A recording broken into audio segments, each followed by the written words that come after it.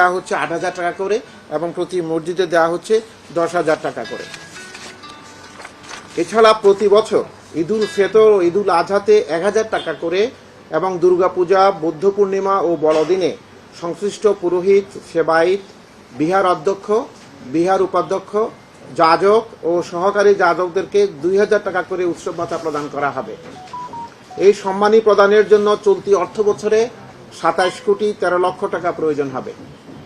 আগামী ১৫ই মার্চ তারিখের মধ্যে নির্বাচিত সকল উপকারভোগীর নিকট সোনালী ব্যাংকের মাধ্যমে এই সম্মানী প্রেরণ করা হবে।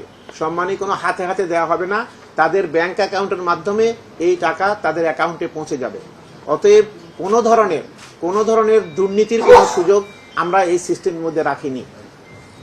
প্রিয় সাংবাদিকবৃন্দ, দেশের সকল মসজিদ, মন্দির, বৌদ্ধবিহার, প্যাগোডা, চার্চ, গির্জা অন্তর্ভুক্ত করে উক্ত সম্মানী প্রদান করা হলে সর্বমোট বার্ষিক আর্থিক সংশ্লেষ হবে আনুমানিক ৪,৪০০ কোটি টাকা।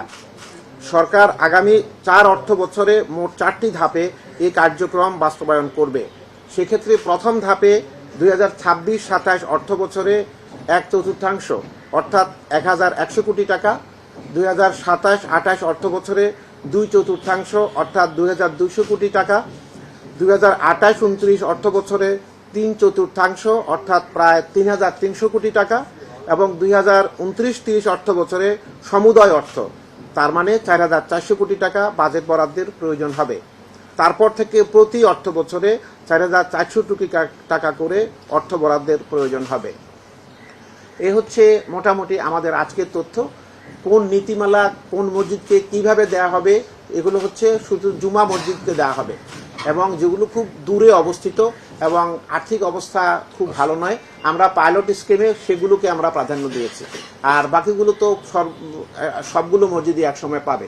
অতএব এখানেও কোনো মসজিদকে বাছাই করা, কোনো মসজিদকে বাদ দেওয়া, সেখানে যে দুর্নীতির সুযোগ হয় সেই সুযোগও রাখা হয়নি। পর্যায়ক্রমে সকল মসজিদ ইনশাআল্লাহ পাবে, সকল মন্দির পাবে এবং সকল গির্জা পাবে।